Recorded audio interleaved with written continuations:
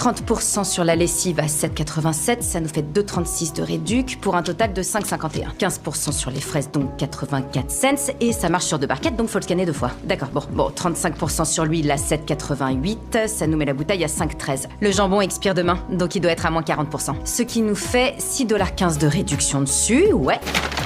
Total, 168,47 $. Je venais tout juste de rentrer chez moi avec mon enfant, quand 2 policiers ont frappé à ma porte. Morgan Guillory, je suis le lieutenant Karadec, voici le lieutenant Osdil. On vous emmène pour interrogatoire. Au début, je ne comprenais pas pourquoi la police me recherchait. Puis ils m'ont montré les images de vidéosurveillance. La veille au soir, je travaillais comme agent d'entretien de nuit au commissariat. J'écoutais de la musique tout en faisant le ménage. Et par accident, j'ai renversé les dossiers d'enquête.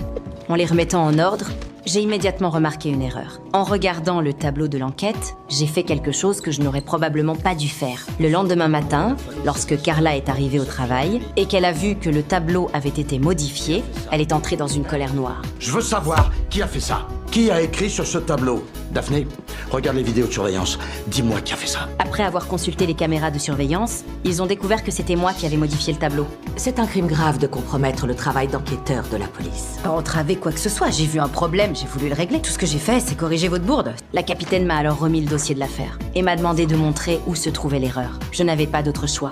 J'ai donc dû reprendre toute l'enquête depuis le début. Les coussins du canapé étaient parfaitement alignés. Les couleurs alternaient avec une régularité impeccable. Chaque objet de la pièce était disposé avec une précision presque obsessionnelle. Même les matériaux métalliques étaient parfaitement assortis. Tout cela me révélait une chose. La femme qui vivait dans cette maison était une maniaque du rangement jusqu'à... Sur cette photo, on voit que tous les rideaux sont bien accrochés par leurs petites attaches à l'exception de celui-là. C'est étrange, non ?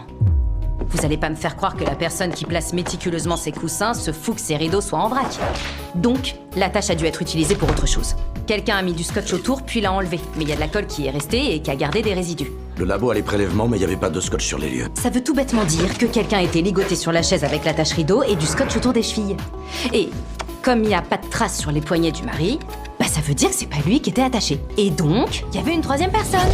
Conclusion, Lynette était sur la chaise, la victime était par terre, et on a un amateur de bandage qui a dû soit kidnapper, soit carrément zigouiller Lynette. C'est cette personne-là qu'il faut chercher. Comme je disais, à ce moment-là, 2 autres inspecteurs sont entrés dans la salle. Une femme est venue sonner chez la victime juste avant le meurtre. Votre troisième personne? Mais même avec toutes ces explications, ils refusaient toujours de me croire. J'ai finalement été placée en cellule de détention. Heureusement, après avoir signé un accord de confidentialité, j'étais libre de partir. C'est alors que j'ai remarqué que tout le monde était regroupé autour d'un ordinateur. Les enquêteurs pensaient avoir enfin identifié le suspect. Mais il m'a suffi d'un seul regard sur l'écran pour comprendre que la vidéo de surveillance était truquée. Attendez, de quoi vous parlez? Ça n'a pas été filmé hier, ça.